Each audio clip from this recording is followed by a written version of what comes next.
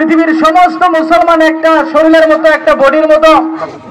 আমার শরীরের যদি একটা অঙ্গ আঘাতপ্রাপ্ত হয়, আমি যেমন পুরো শরীরের মধ্যেই কষ্ট পাই, সে আঘাত অনুভব করি।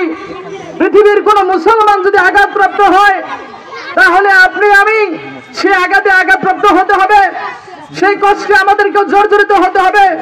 মুসলমান ইমানদার আমরা হয়তো এখান থেকে ফিলিস্তিনের পক্ষ নিয়ে যুদ্ধ করতে পারবো না, হয়তো আমরা তাদের জন্য কিছুই করতে পারবো না, কিন্তু একটা কথা মনে রাখবেন, নমরুদ যখন ওই আগুনের মধ্যে পেশাব করে দিয়েছিল, ব্যাংকে প্রশ্ন করা হয়েছিল, তুমি ব্যাংক আগুনের মধ্যে পেশাব করে দিলে, তোমার এই পেশাবে কি আগুন নিভে যাবে? সে বলেছিল, আমি এই জন্য পেশাব করি নাই যে আমার পেশাবে আগুন নিভে যাবে, আমি এই জন্য পেশাব করেছি যে আমার এই পেশাবকে আমি প্রমাণ করেছি আমি নমরুদের পক্ষ নয়, আমি ইব্রাহিমের পক্ষে আছি। মুসলমান ইমানদার, আমরা যদিও ফিলিস্তিনের পক্ষে যুদ্ধ করতে পারবো না, আমরা এখান থেকে ছোট্ট কিছু মানুষ, বাঙালি জাতি, আমরা মুসলমান, এখান থেকে স্লোগান দিয়ে প্রমাণ করবো আমরা ফিলিস্তিনের পক্ষে আছি। ঠিক কিনা বলেন?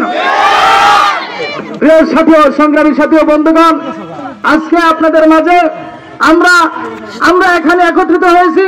আমরা সকলে মিলে এই মরিচা গ্রাম থেকে, এই মরিচা বাজার থেকে, আমরা এখানে আশেপাশে যত ওলামায়ে কেরাম আছি, আমরা ইমামরা একত্রিত হয়েছি, মুসলমানদেরকে তাওহীদি জনতাদেরকে নিয়ে একত্রিত হয়েছি। আমরা একটা ঘোষণা দিয়েছিলাম যে এখান থেকে বিক্ষোভ মিছিল করব। মুসলমান আর কিছু না পারলেও স্লোগানটা তো দিতে পারবেন, এটার জন্য একত্রিত হওয়া চাই।